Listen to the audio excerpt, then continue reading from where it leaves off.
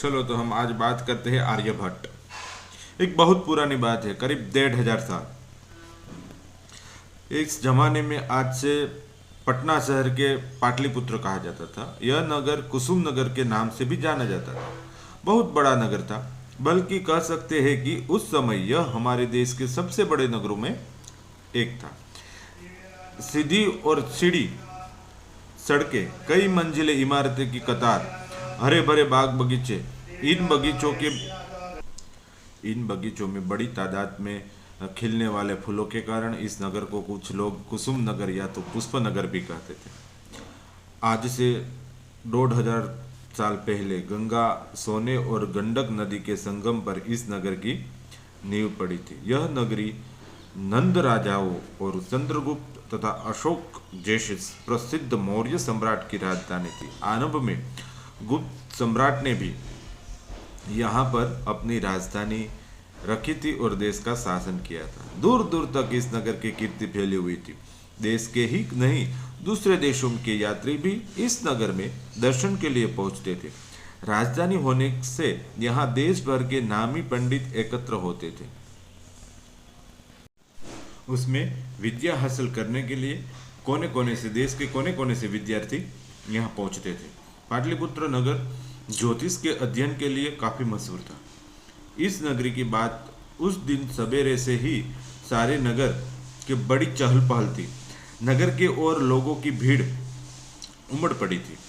नगर के ही नहीं, आसपास के गांव और दूर दराज के इलाके के लोग भी संगम पर एकत्र हो रहे थे। सभी लोग को दोपहर से उस खास अवसर का इंतजार था। सभी लोगों उस मौके पर संगम में डुबकी लगाने के लिए वहां एकत्र हुए थे। बात ही ऐसी थी, उस दिन सूर्य ग्रहण था।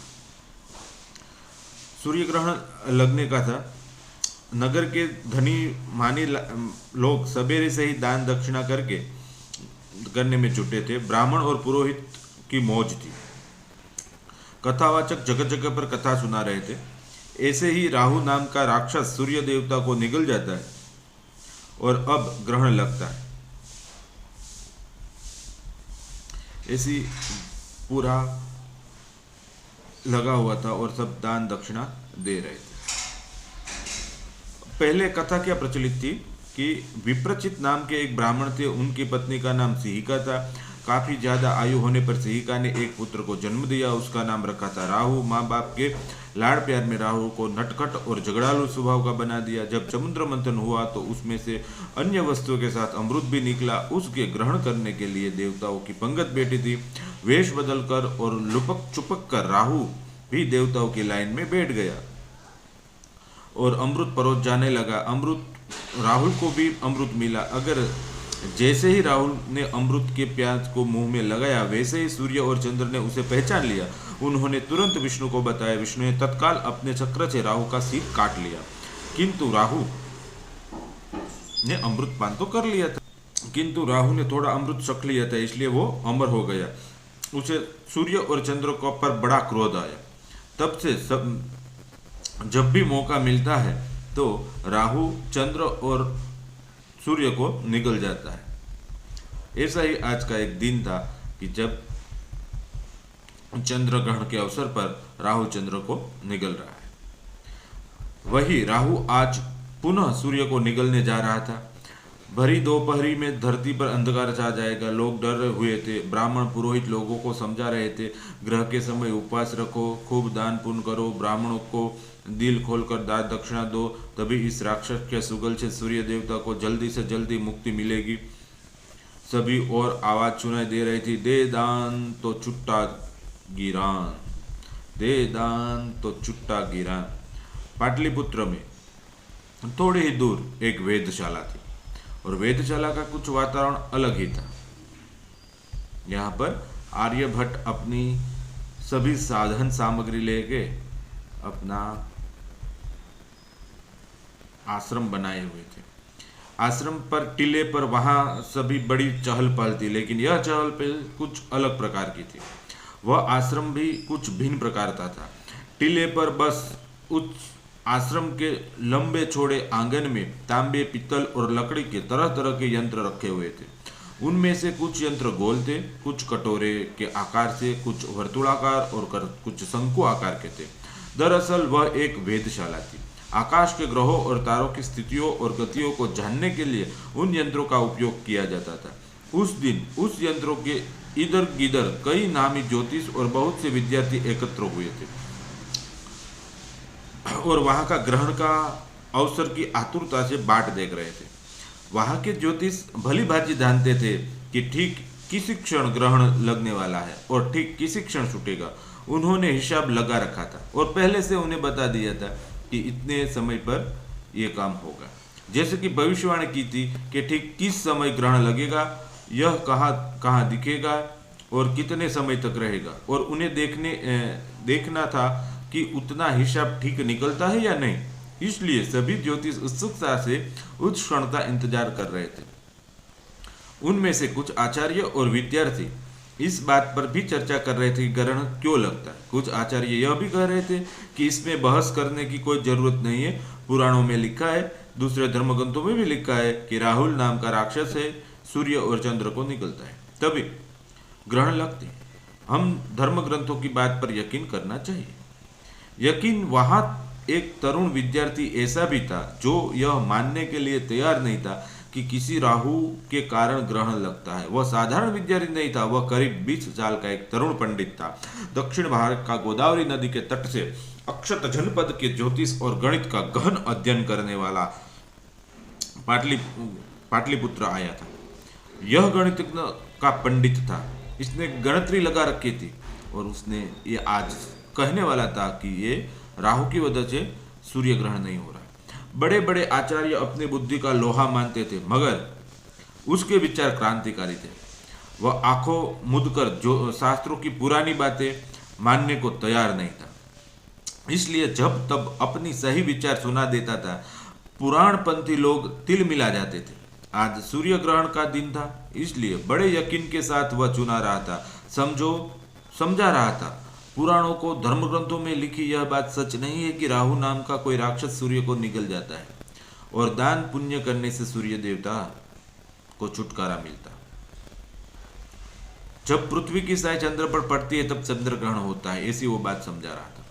वह अपने आसपास के विद्यार्थियों को ग्रहणों का सही कारण समझा रहा था।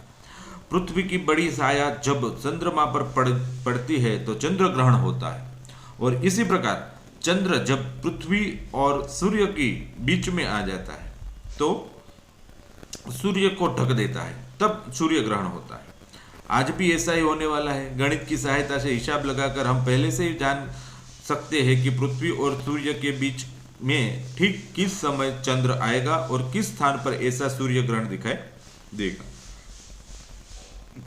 जब चंद्र की छाया पृथ्वी पर पड़ती है तब सूर्य ग्रहण होता है। वो यह बात समझा रहा था। कोई राहु सूर्य को निगलता है, यह बात मन गढ़ंत है। यह पुराणों की कथा है। दरअसल शनि, मंगल या शुक्र की तरह राहु कोई ठोस ग्रह नहीं है। ज्योतिष शास्त्र से मजह एक काल्पनिक बिंदु को राहु का नाम दिया गया है। इसलिए यह कहना गलत है कि कोई राहु नाम का राक्षस सूर्य को या चंद्र को निगल जाता है। ग्रहों के समय इतनी हाय तौबा मचाने की भी जरूरत नहीं है। यह प्राकृतिक नियम है और किसी दान पुण्य से इसे छुटकारा मिल जाए, इससे हम बच सकते हैं, इसमें बदलाव ला सकते हैं, ऐसा कुछ नहीं है। वह तरुण पंडित बड़े विश्वास के साथ अपनी बात कह रहा था। पाटलिपुत्र के इस वेधशाला में दूसरे ज्योतिष उच्च तरुण पंडित के ऐसे क्रांतिकारी विचारों से परिचित थे और वे उसका आदर करते थे, और ज्योतिष लकीर की फकीर थे। वे उच्च तरुण पंडित के विचारों को सुनकर तिल मिला उठते थे। परंपरा से प्राप्त विचारों को खंडन करना उन्हें बर्दाश्त नहीं हो रहा था, परंतु लाचार थे। उच्च तरुण ने तर्कों का खंडन करने साहस उनके पास नहीं था। सचमुच में बड़ी तेज बुद्धि थी उसकी तरुण में। ग्रहों के बारे में नहीं, आकाश की दूसरी उनके घटनाओं के बारे में भी अपने स्वतंत्र विचार उसके पास थे। आसम्मकाचार्य उच्च तरुण पंडित का नाम था आर्यभट्ट। कभी कभी लोग उन्हें आर्यभट्ट के नाम से भी पुकारते थे। आर्यभट्ट भी उसे पुकारा जाता था, पर उनका सही नाम आर्यभट्ट ही था। हम सुना चुकते हैं कि आर्यभट्ट दक्षिण भारत के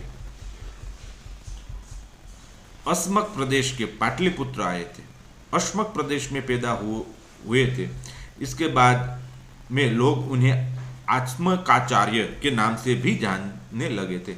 अपने प्रदेश में उनकी कीर्ति पहले से ही फैली चुकी थी। जब कुछ अर्चा पहले वे उस जमाने के प्रख्यात नगर पाटलिपुत्र पहुंचे थे, यहाँ आने का उनका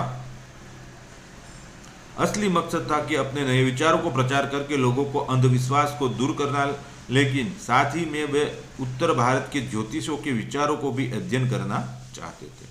आर्यभट्ट जन्म कुंडली देखकर भविष्य बतलाने वाले ज्योतिष नहीं थे, वे एक कुशल गणितज्ञ थे।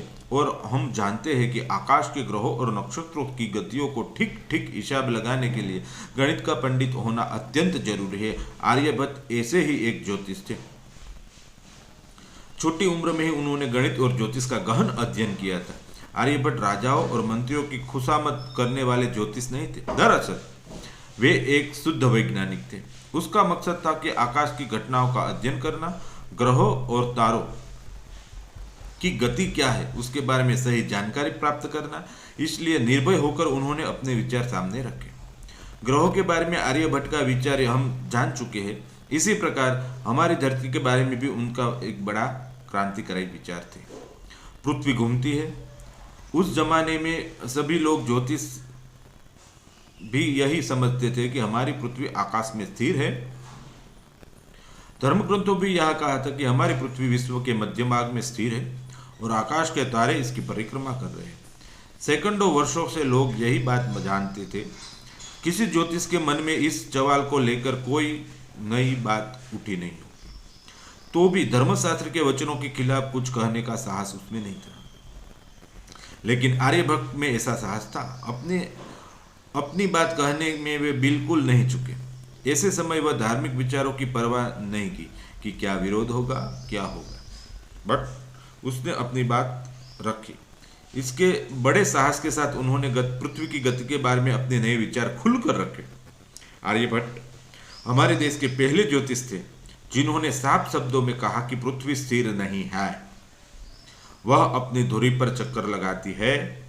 यह उसी प्रकार अपनी धुरी पर चक्कर लगाती है जैसे लड्डू अपनी कील पर घूमता है। पृथ्वी अपनी धुरी पर चक्कर लगाती है और आकाश का तारामंडल स्थिर है।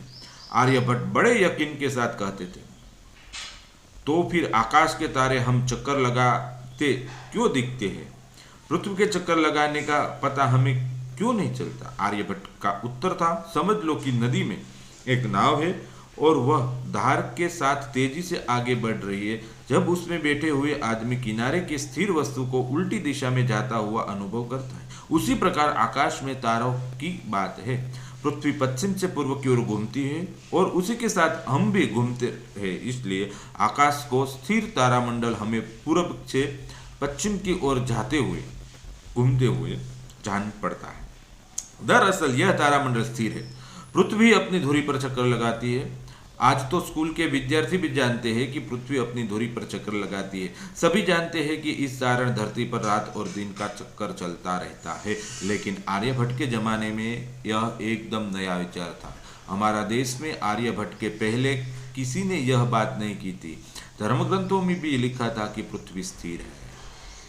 तो ये क्रांतिकारी विचार बताया कि कैसे पृथ्वी है वो घूमती है, पृथ्वी स्थिर नहीं है। ऐसा सबसे बताने वाले आर्यभट्ट। किसी की बात माने, धर्मग्रंथों की या आर्यभट्ट की, यह दुविधा उस जमाने के लोगों में आ गई थी। जहां तक ग्रहों की बात है, कुछ ज्योतिषों ने आर्यभट्ट के मत को मान लिया था, परंतु कोई भी ज्योतिष उनके इस बात को मानने के लिए तैयार नहीं थे कि पृथ्वी अपनी धुरी पर घूमती है। न ताज्जुब की बात, आज यकीन कोई कहे कि पृथ्वी स्थिर है तो उनको हम पागल समझेंगे, उसी बात पर हंसेंगे। लेकिन यह उस जमाने में लोग आर्यभट्ट के मत की ही हंसी उड़ाते होंगे। सवाल पूछते होंगे कि यदि पृथ्वी घूमती है तो फिर ऊपर फेंकी हुई वस्तु ठीक उसी स्थान पर आकर क्यों गिरती है? लेकिन आर्यभट्ट अपने विचार में पक्के थे। शायद कुछ ज्योतिष उनके इस विचार में सहमत भी थे, लेकिन उसे खुलकर कबूल करने के उनमें में संकोच होता था। पुराणों में जो बात थी, धर्मग्रंथों में जो बात थी, उसका विरोध कैसे कहे, उसका विरोध करने का साहस भी नहीं था।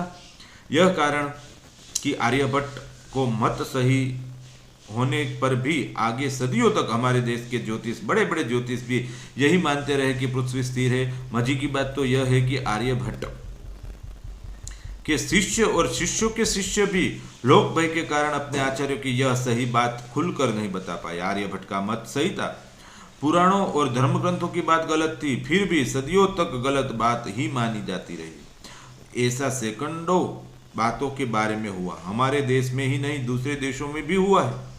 पुराने जमाने में धर्म ग्रंथ की बात का विरोध करना इतना आसान काम नहीं था। यूरोप के महान ज्योतिष कॉर्पनिक्स 1473 1543 का किच्चा, मतलब अभी अभी बहुत, आर्यभट्ट तो 500 में था, ईस्वी सन 500 में, तो उसके बाद 1000 साल बाद भी यूरोप के वैज्ञानिक, बहुत सा मालूम होगा कि आर्यभट्ट के करीब 1000 साल बाद हुए, और कॉर्पनिस ने आर्यभट्ट से भी आगे बढ़कर यह नया क्रांतिकारी मत पेश किया। कॉर्पनिस ने कहा कि हमारी पृथ्वी न केवल एक दिन के अपनी धुरी पर एक चक्कर लगाती है, बल्कि यह एक साल में सूर्य का भी एक चक्कर लगाती है। कॉर्पनिस ने कहा कि सूर्य स्थिर है और पृथ्वी सहित अन्य सभी ग्रह उनकी परिक्रमा करते हैं। कॉर्पनिस ने बड़े साहस बटोरकर यह मत सामने रखा था। वह जानते थे कि उनका यह मत ईसाई धर्म के मत से मेल नहीं खाता है। यह जानते थे कि धर्मगुरु उनके इस मत का बड़ा विरोध करेंगे, उनकी सजा मिलेगी। इसलिए उन्होंने जो ग्रंथ लिखा था वह उनके मृत्यु के बाद ही प्रकाशित हो पाया। यहाँ हमने कॉर्पनिस का जिक्र किया है, तो एक बात जान लेनी चाहिए कि आर्यभट्ट हमारे देश में हुए थे, तो हमारे देश में सभी विचारों का सम्मान किया जाता है। इसलिए पहले ज्योतिष थे जिन्होंने कहा था कि पृथ्वी अपनी धुरी पर घूमती है। आर्यभट्ट ने यह नहीं कहा था कि पृथ्वी सूर्य का भी चक्कर लगाती है। कॉर्पनिस ने ही वह पहले ज्योतिष थे जिन्होंने कहा था कि पृथ्वी एक साल में सूर्य की परिक्रमा पूरी करती है। कॉर्पनिस का अपने विचार जारी करने में भले ही खतरा महसूस हुआ, लेकिन हमारे देश का वातावरण थोड़ा भिन्न था। पुराने जमाने में हमारे देश में धार्मिक विचारों का प्रचार करने की आज़ादी थी, तो दूसरी तरफ धार्मिक बातों का खंडन करने की भी काफ़ी आज़ादी थी। उस जमाने हमारे देश में ऐसे कई पंथ थे, संप्रदाय थे, जो धर्म कर्म में ढकासलों को नहीं मानते थे। मजे की बात तो यह है कि लाखों लोग ऐसे नास्तिक संप्रदाय के अनुयायी भी थे। हमारे देश में धार्मिक आज़ादी का ऐसा वातावरण पहले से है। इसलिए आर्यभट्ट का अपने धर्म विरोधी किंतु सही विचार पेश करने में खास कठिनाई नहीं हुई। छोटी उम्र में ही आर्यभट्ट ने एक पुस्तक लिखी। इस छोटी सी पुस्तक में ही उन्होंने अपने सारे विचार, अपनी सारी जानकारी भरी। पुस्तक क्या है?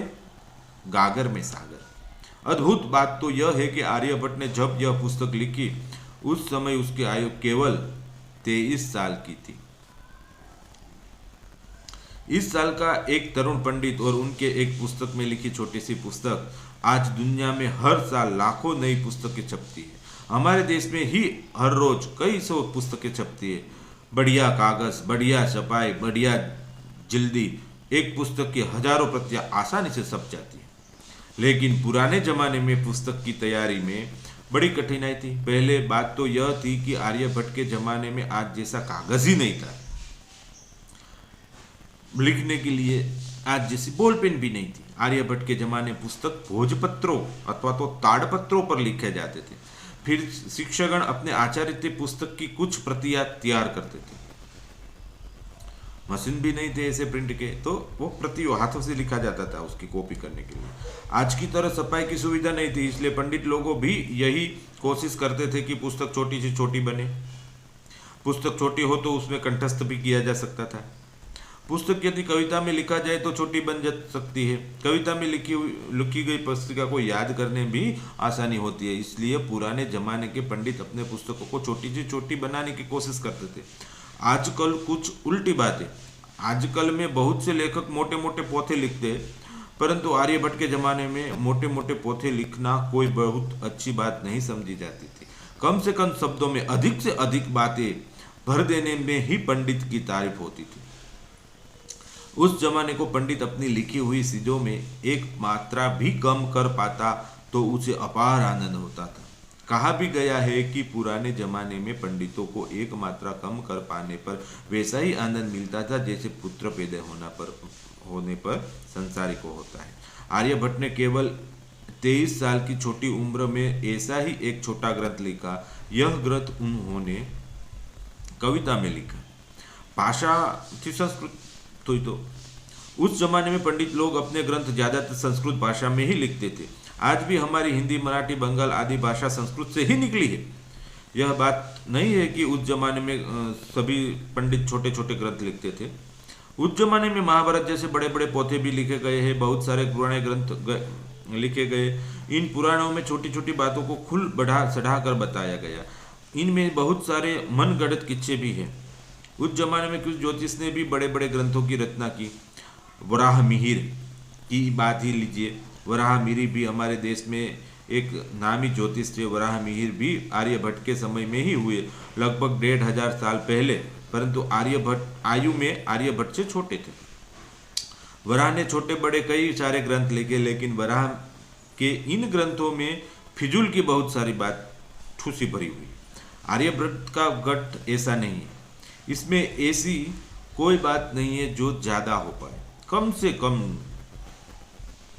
जितना गणित का ज्योतिष में कोई ताल्लुक न हो, इसमें एक शब्द भी फिजूल का नहीं। ज्योतिष या गणित के अलावा दूसरा फाजूल का कोई शब्द आर्यभट्ट ने इस ग्रंथ में नहीं डाला।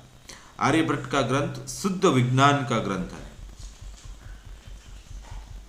छोटी सी पुस्तक लिखी, आर्यभट्टी की ताड़पत्र पर लिखा प्राचीन हस्तलिखित पुस्तक है। आर्यभट्ट ने इस ग्रंथ में 121 श्लोक है। हर श्लोक को 2 पंक्ति। इसका मतलब यह हुआ कि पूरे ग्रंथ का कुल मिलाकर 242 पंक्तियां है। आजकल इतनी पंक्तियों को केवल 10 पुस्तकों पृष्ठों में आसानी से छापा जा सकता है। बस इतना ही बड़ा है आर्यभट्ट का यह महान ग्रंथ। आज के हिसाब से केवल 10 पृष्ठों का ग्रंथ हम ही नहीं, दूसरे देशों के विद्वान भी यह मानते हैं कि आर्यभट्ट के समय में हमारे देश में गणित और ज्योतिष में काफी आगे था। आर्यभट्ट के समय में हमारा देश ज्योतिष के कई ग्रंथ लिख चुका था। गणित के मामले में भी हमारे देश काफी बड़ा चढ़ा था। सबसे बड़ी बात यह है कि आर्यभट्ट समय तक हमारे देश में नए अंकों की खोज हो चुकी थी। शून्य सहित केवल 10 अंकों से सारी संख्याएं लिखने का यह अद्भुत तरीका हमारे देश में ही खोजा गया है।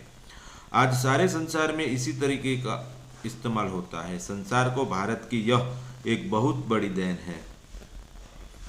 उस जमाने में गणित और ज्योतिष में भारत इतना बड़ा आगे था, फिर भी आर्यभट्ट ने उन सारी बातों को अपने छोटे से ग्रंथ में भर दिया है।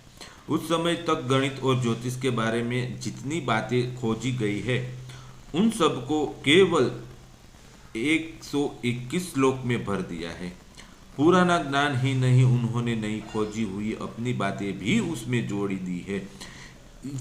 अपनी इस ग्रंथ में एक श्लोक में उन्होंने ग्रहों का वैज्ञानिक कारण बताया है। एक अन्य श्लोक में उन्होंने यह बताया है कि पृथ्वी अपनी धुरी पर घूमती है। आर्यभट्ट ने अपने इस ग्रंथ में और भी कई बातें बताई,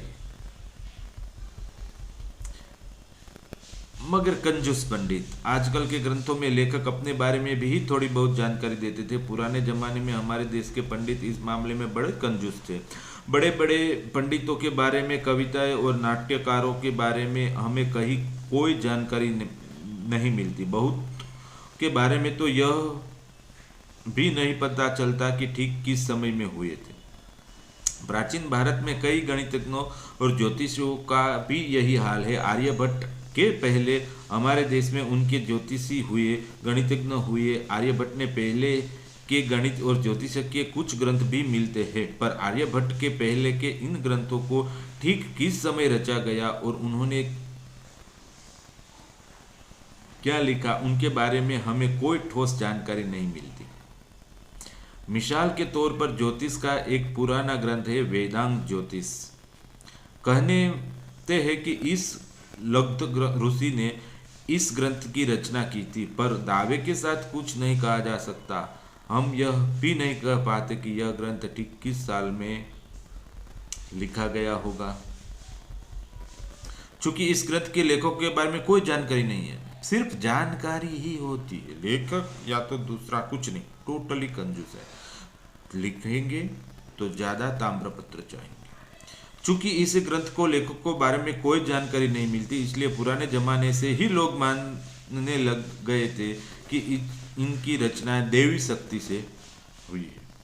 दरअसल ऐसी बात नहीं है। कोई भी ग्रंथ आसमान से नहीं टपकता। कोई भी ग्रंथ क्यों न हो, उसकी रचना की हाड़ मास के आदमी ने ही की है, लेकिन उस आदमी का अता पता नहीं है। इसके बाद में लोग मानते हैं कि इसकी रचना देवी शक्ति से हुई है। एक बार जब यह मान लिया कि इस ग्रंथ की रचना आदमी ने नहीं की है, देवी शक्ति से हुई है, तो फिर इसकी सुधार करने की गुंजाइश ही नहीं रहती। इस प्रकार ज्ञान विज्ञान को आगे बढ़ाने में बड़ी रुकावट पैदा हुई। आर्यभट्ट का ग्रंथ पहले के सभी ग्रंथों से निराला है।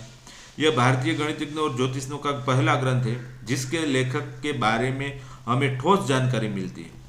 भारतीय गणित और ज्योतिष का यह पहला ग्रंथ है जिसके बारे में हम यकीन के साथ जानते हैं कि यह किस साल में हुआ, किस साल में लिखा।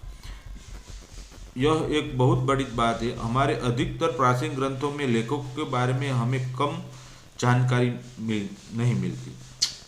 वहाँ किसी ग्रंथ और ग्रंथकार के बारे में थोड़ी सी भी ठोस जानकारी मिल जाना बहुत बड़ी बात है। आर्यभट्ट के ग्रंथ में फिजूल की एक भी बात नहीं, ये तो बता दिया हमने।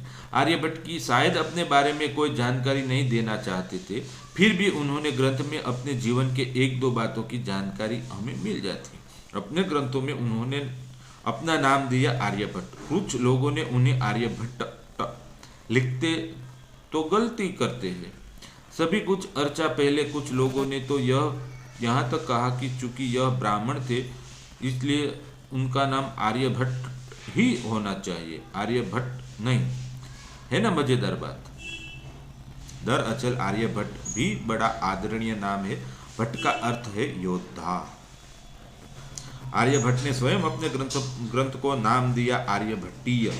चूंकि आर्यभट्ट दक्षिण के अक्षमक राज्य में पैदा हुए थे, इसके बारे में उनका ग्रंथ आस्मक तंत्र के नाम से और स्वयं आस्मकाचार्य के नाम से प्रसिद्ध हुए। इसी ग्रंथ के एक श्लोक में एक पंक्ति में आर्यभट्ट की जानकारी दी है कि वह ऐसे ज्ञान का वर्णन करते हैं जिसका कुसुमपुर यानी पाटलिपुत्र से आदर होता है। इस जानकारी के सिर्फ इतना ही नतीजा निकला जा सकता है कि आर्यभट्ट ने अपने ग्रंथ की रचना कुसुमपुर में बैठकर की। उन्होंने यह नहीं लिखा कि उनका जन्म कुसुमपुर पाटलिपुत्र में हुआ है। यह नहीं जानते कि आर्यभट्ट का जन्म किस नगर में या गांव में हुआ था। उनके शिष्य परंपरा के बारे में बाद में लेखक हमें सिर्फ इतनी ही जानकारी देते हैं कि अशमक जनपद की निवासी थे। हम आर्यभट्ट के माता पिता और गुरु के बारे में भी कोई जानकारी नहीं मिली। आर्यभट्ट ने अपने ग्रंथ में किसी राजा का भी उल्लेख नहीं किया है।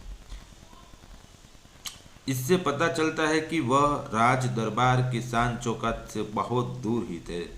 आर्यभट्ट ने अपने ग्रंथ में अपने बारे में महत्व की एक और सूचना दी है। एक श्लोक में बताया है कि 3 युग बीत गए थे और उसके बाद 60 वर्षों की 60 अवधियां 37,000 वर्ष गुजर गई थी।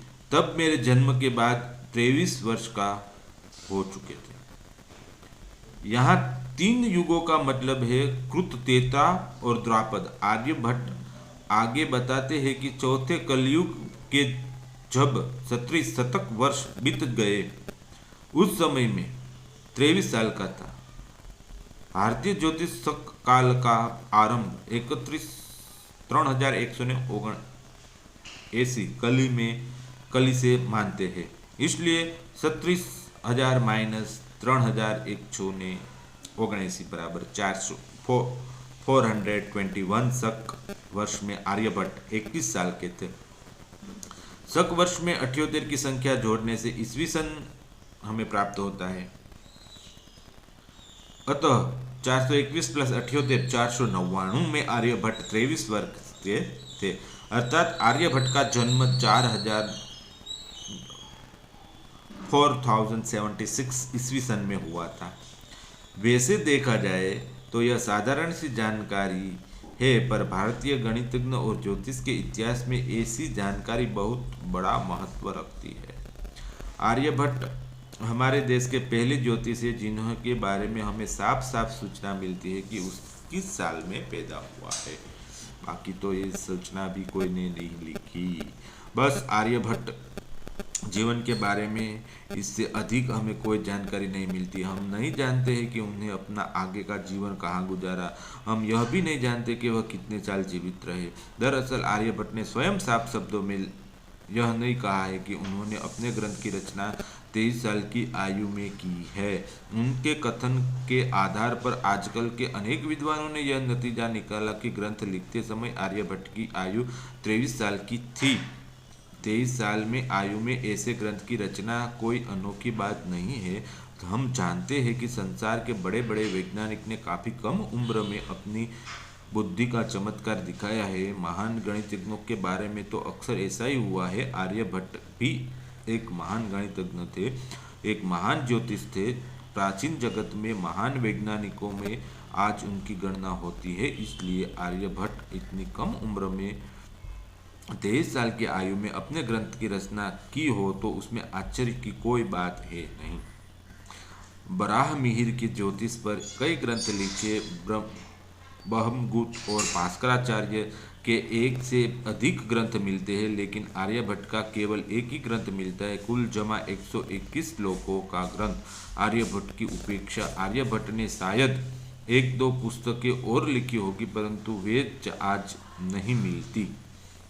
उनकी यह आर्यभट्टीय पुस्तक भी बड़ी मुश्किल से ही नष्ट होते होते बच पाई है। ऐसा क्यों हुआ? आर्यभट्ट जब इतनी बड़े गणितज्ञ थे, ज्योतिषी थे, तो फिर उनके ग्रंथों का जतन से क्यों नहीं रखा गया? वराह मिहिर के ग्रंथ हमेशा पढ़े जाते रहे।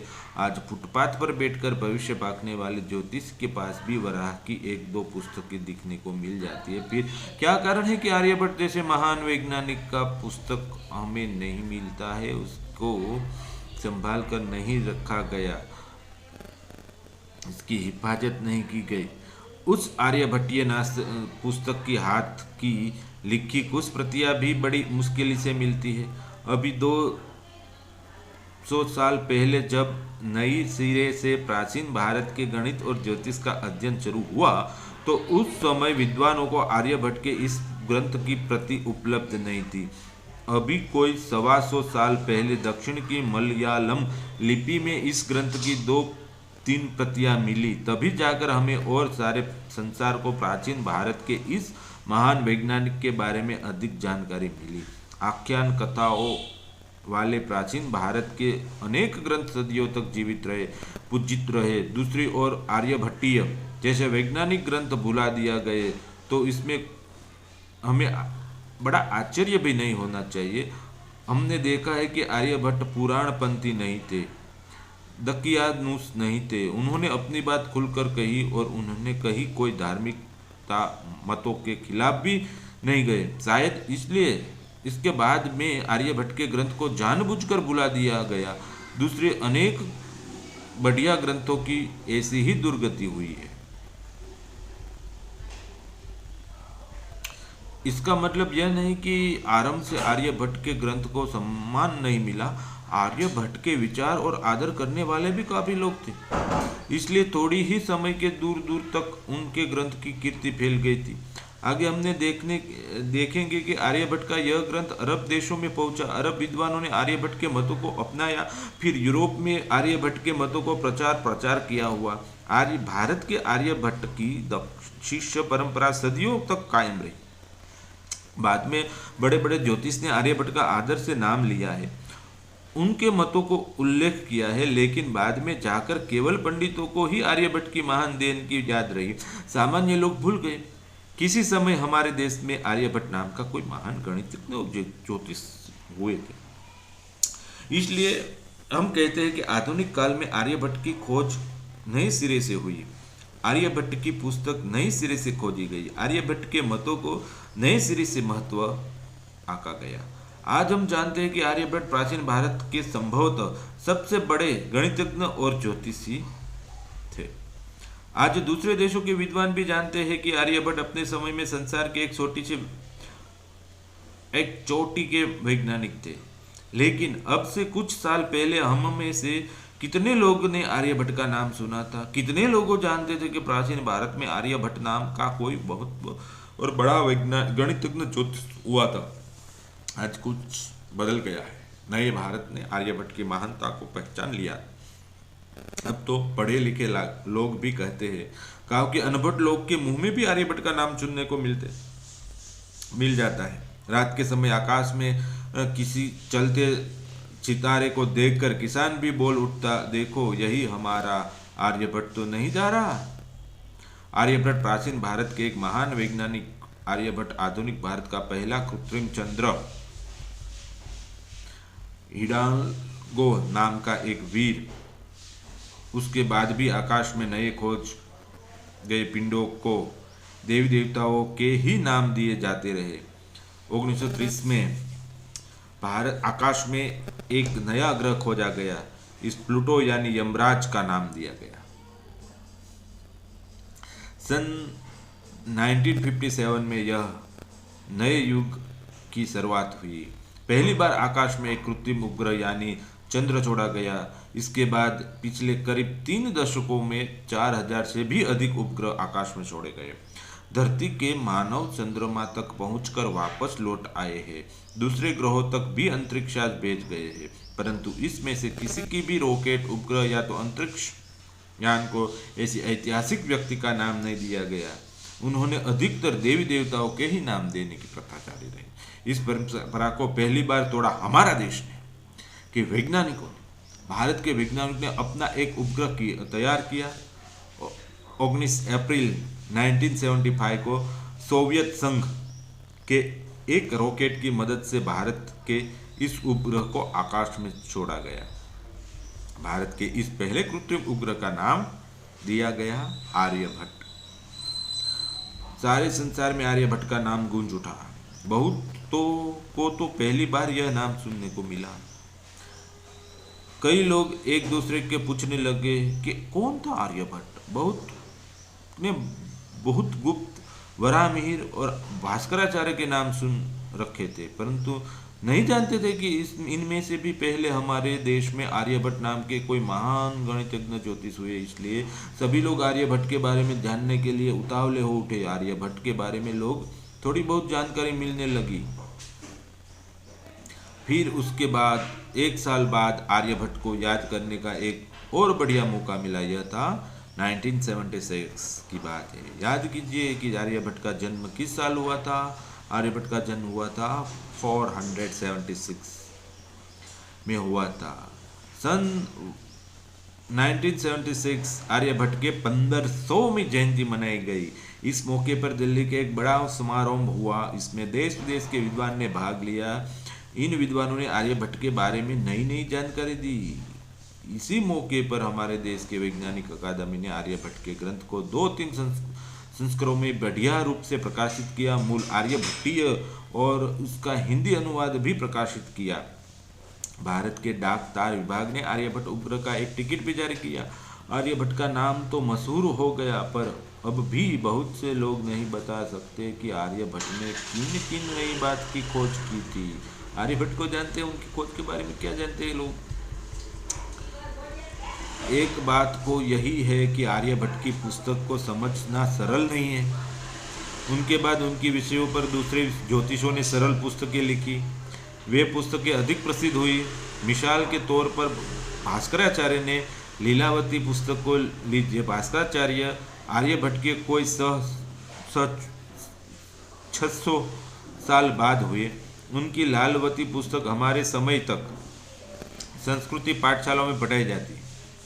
इसलिए बड़े बूढ़े लोग आज भी लीलावती को नाम लेते, कहते कि बड़े बूढ़े लोग आज भी लीलावती के पहली नुमान सवाल नए विद्यार्थियों को सुनाते रहते। इसलिए बहुत से भास्कराचार्य का नाम भी याद रहा। आर्यभट्ट का ग्रंथ भिन्न किस्म का था, किसी पंडित के पास बैठकर ही इस ग्रंथ को समझा जा सकता है। बाद में सरल ग्रंथ तो लिखे गए, इसलिए भी पिछली कुछ सदियों में आर्यभट्ट के ग्रंथ को लगभग भुला दिया गया। पर आर्यभट्ट की खोज को कौन मिटा सकता था? आर्यभट्ट के मतों का देश में ही नहीं विदेशों में भी प्रचार हुआ था। आज से 1000 साल पहले अरब देशों में आर्यभट्ट का नाम बड़े आदर के साथ लिया जाता था। अरबी ग्रंथों में अजहर बहर के नाम से कई जगहों पर उनका उल्लेख है। मध्य एशिया के मशहूर महापंडित अल-बेरूनी ने आर्यभट्ट की खूब प्रशंसा की। अरबी पंडितों ने ही भारतीय वैज्ञानिक की बातों को यूरोप पहुंचाया था। ज्योतिष और गणित के कई ग्रंथों के अनुवाद शुरू में अरबी भाषा में हुए, फिर उनके ग्रंथों के यूरोप की भाषाओं में अनुवाद हुए। इस प्रकार भारत के ज्ञान विज्ञान को यूरोप में प्रचार हुआ। भारत के विज्ञान की बात यूरोप में कैसे पहुंची, यह जानने के लिए हम एक शब्द पर विचार करेंगे। यह शब्द है की कहानी है। रेखा गणित का एक शब्द है जीवा। यहाँ इनमें से गहराई में नहीं जाना है कि जीवा का मतलब क्या है, बस समझ लीजिए कि एक खास प्रकार की रेखा का नाम जीवा है। गणित व ज्योतिष के ग्रंथों में यह शब्द अवश्य देखने को मिल जाता है। हमारे ज्योतिष ने ग्रंथ अरब देशों में पहुंचे, तो अभी इन ग्रंथों में अरबी भाषा में अनुवाद हुआ, तो सामने यह शब्द आया, जीवा शब्द आया, तो वह रुक गए। वह जानते थे कि इस जीवा शब्द का ठीक ठीक अर्थ क्या है, लेकिन यह एक खास शब्द था, इसलिए यह खास अर्थ था। यह एक पारिभाषिक शब्द था, इसलिए उन्होंने संस्कृत के इस शब्द को अरबी में तर्जुमा नहीं किया। इस संस्कृत शब्द को जो का त्यों रहने दिया। अरबी लिपि में स्वर अक्षर नहीं, यानी ई उ आदि के लिए उसके अक्षर ही नहीं, इसलिए जीवा शब्द को अरबी में जब के रूप में ही लिखा गया। अरबी विद्वान जब इस जब शब्द को पढ़ते हैं तो वो समझ जाते हैं कि इसका खास शब्द है, यह भारतीय शब्द है और उनका खास अर्थ है। बाद में अरबी ग्रंथ यूरोप में पहुंचे। अरबी ग्रंथों के यूरोप के लैटिन भाषा में अनुवाद होने लगे। यूरोप विद्वानों के सामने यह जब का शब्द आया तो वे अचरज में पड़ गए। क्या अर्थ इस शब्द का? वह नहीं जानते थे कि यह शब्द दरअसल संस्कृत भाषा का है। उन्होंने समझा कि यह शब्द भी अरबी भाषा का है। इस जब शब्द के स्वर भरने से के बाद इस कई प्रकार के समझा जा सकता है, जैसे कि जेब आदि। यूरोप के अनुवाद ने मान लिया कि जब शब्द अरबी का जेब शब्द से ही हो सकता है। जेब शब्द का अर्थ होता है पॉकेट, खींचा। उस जमाने में अरब लोग अपने कुर्ते का पॉकेट अपने साथी के पास बनाते थे, इसलिए इस जेब शब्द को दूसरा अर्थ साथी भी होता था। बस फिर तक क्या था, जब शब्द का तजुर्बा हुआ साथी। लैटिन भाषा में साथी के लिए शब्द है चिन्नुस। बाद में इस चिन्नुस शब्द का संक्षिप्त रूप बना चाइन। दुनिया भर में कॉलेजों में आज गणित पढ़ने वाले विद्यार्थी इस साइंस शब्द से भली भांति परिचित है, पर कितने विद्यार्थियों को, कितने अध्यापक जानते हैं कि आधुनिक गणित शास्त्र का यह साइंस शब्द दरअसल संस्कृत के जीवा शब्द से ही आया है। यह हुई एक शब्द की कहानी। यूरोप की भाषाओं में ऐसे कई शब्द हैं जो भारत में वहां पहुंचे। ज्ञान विज्ञान की ऐसी अनेक बातें हैं जो भारत से ही वहां पहुंची।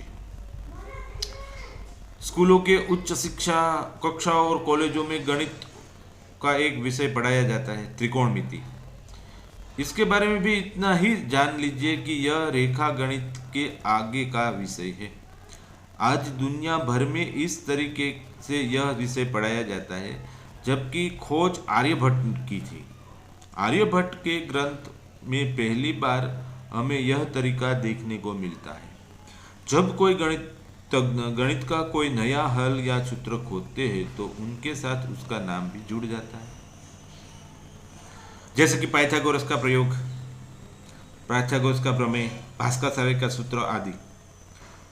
ऊपर त्रिकोणमिति के जिस तरीके का अपने जिक्र किया है उसमें साथ भी आर्यभट्ट का नाम जुड़ना चाहिए था, लेकिन ऐसा नहीं हुआ। वजह यह है कि यूरोप के विद्वानों ने भारतीय खोज को तो अपना लिया, लेकिन उन्हें यह जानकारी नहीं थी कि आर्यभट्ट ने इसकी खोज की है। हम ही अपने इस महान वैज्ञानिक को लगभग भूल गए थे, तो उनको तो कैसे दोष दे यूरोप वाले को। हाँ, आज हम उस बारे में जानकारी मिला पाते हैं, विधि का तरीके के साथ ब्राह्मणीय का नाम जोड़ सकते हैं। आर्यभट्ट की खोज हुई त्रिकोणमिति की विधि आज भी इस्तेमाल की जाती है, सारे संसार में इस्तेमाल की जाती है, लेकिन इसका अर्थ यह नहीं है कि आर्यभट्ट की हर विधि आज भी उपयोगी है और आर्यभट्ट की पुस्तक आज भी स्कूलों कॉलेजों में पढ़ाई जा सकती है, ऐसी बात नहीं है। मिसाल के तौर पर यह बात देखिए कि आर्यभट्ट ने अपनी पुस्तक में संख्याओं का किसी प्रकार लिखा है, पुस्तक कविता में है, इसलिए जाहिर है कि उसमें अंकों का नहीं लिखा जा सकता था। दूसरी ओर हम यह भी जानते हैं कि अंकों और संख्याओं के बिना गणित और ज्योतिष के पुस्तक नहीं लिखी जा सकती। गणित और ज्योतिष की पुस्तक में संख्याओं की भरमार रहती है। आर्यभट्ट संख्याओं को शब्दों में ही भी लिख सकते थे, लेकिन तब उनकी पुस्तक बहुत बड़ी हो जाती। आर्यभट्ट को एक उपाय सूझा, उन्होंने बड़ी बड़ी संख्याओं को छोटे छोटे शब्दों में लिखा का नया तरीका खोज निकाला कि बड़े शब्द भी अद्भुत ही खोज थी। आर्यभट्ट ने अक्षरों को ही अंक मान लिया, जैसे क को 1, ख को 2, ग को 3 इत्यादि। स्वरों को उन्होंने 2000, 10,000 आदि के बढ़ते मान दिए। इस प्रकार व्यंजनों को, स्वरों को मेलजोल के बड़ी से बड़ी संख्या लिखने का एक नया तरीका खोज निकाला। इसके लिए उन्होंने एक नियम भी दिया। अपने ग्रंथ में प्रारंभ में सिर्फ एक शब्द में ही उन्होंने इस दूसरे पूरे नियम की जानकारी दे दी। इस तरीके के अनुसार बड़ी बड़ी संख्याएं छोटे शब्दों में लिखी जा सकती है। दरअसल इन्हें शब्द कहना ठीक नहीं है, अलग से उनका कोई अर्थ भी नहीं है। उदाहरण के तौर पर क्षुद्र शब्द को लीजिए। आर्यभट्ट ने तरीके के अनुसार इस शब्द का अर्थ होता है 43,20,000। इस प्रकार बूफिनस शब्द का मतलब होता है 2,32,226 संख्या। आर्यभट्ट ने अपने समूचे ग्रंथ में संख्याओं को इस प्रकार शब्दों में लिखा, इसलिए भी आर्यभट्ट के ग्रंथ को समझने के लिए कठिनाई होती है।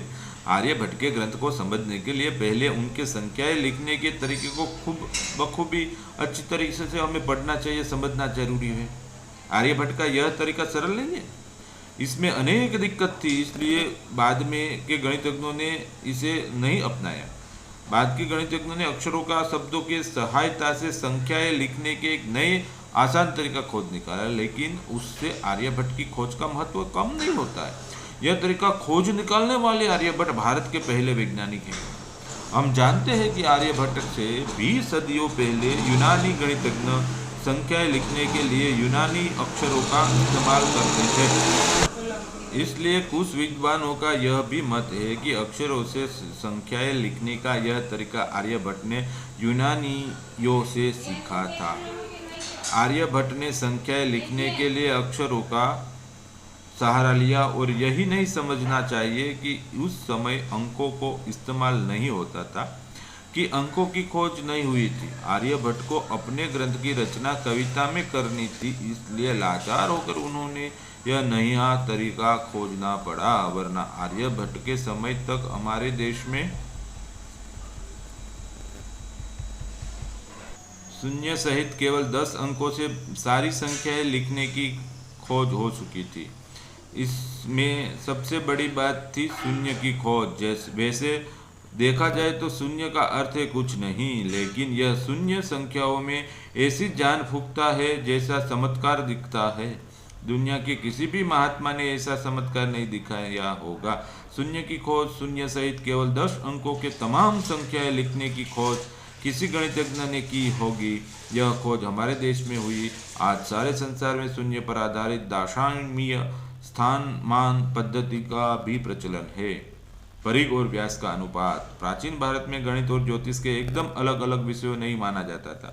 गणित और ज्योतिष का अध्ययन साथ साथ में होता था। ज्योतिष के अध्ययन के लिए गणित का गहन अध्ययन जरूरी समझा जाता था। इसलिए प्रायः एक ही पुस्तक में गणित और ज्योतिष दोनों आ जाते थे। आर्यभट्ट का आर्यभट्टी ग्रंथ भी ऐसा ही है। इसमें सारे भाग में पहले भाग में 10 गणितज्ञ सूत्र कहा गया है। वैसे तो उसमें से कुछ 13 श्लोक है, इसलिए लेकिन इसमें इस श्लोक में आर्यभट्ट ने गणित और ज्योतिष की बुनियादी बातें सूत्र रूप में लिखी दी है। पुस्तक के दूसरे भाग का नाम है गणितपाद। जैसा कि नाम है वैसा ही जाहिर है उस विषय में गणित है। उनके कुल 33 श्लोक है। उसमें से श्लोक में से आर्यभट्ट ने गणित के तमाम मुख्य बातें लिख दी है। यह सचमुच ही कमाल की बात है। इसमें कई ऐसी बात है जो पहले से मालूम थी। ऐसी ही कुछ बातें हैं जिसके खोज स्वयं आर्यभट्ट ने की थी। इसमें एक दो बात का जिक्र हम कर चुके हैं। महत्व की कुछ और बातें। गणित के वृत्त की परिघ और व्यास के अनुपात को बड़ा महत्व है। आर्यभट्ट ने पहले अनुपात का मान 3 या 10 का वर्गमूल लिया जाता है, मगर आर्यभट्ट ने इस अनुपात के लिए एक अधिक शुद्ध मान प्रस्तुत किया। उनके अनुसार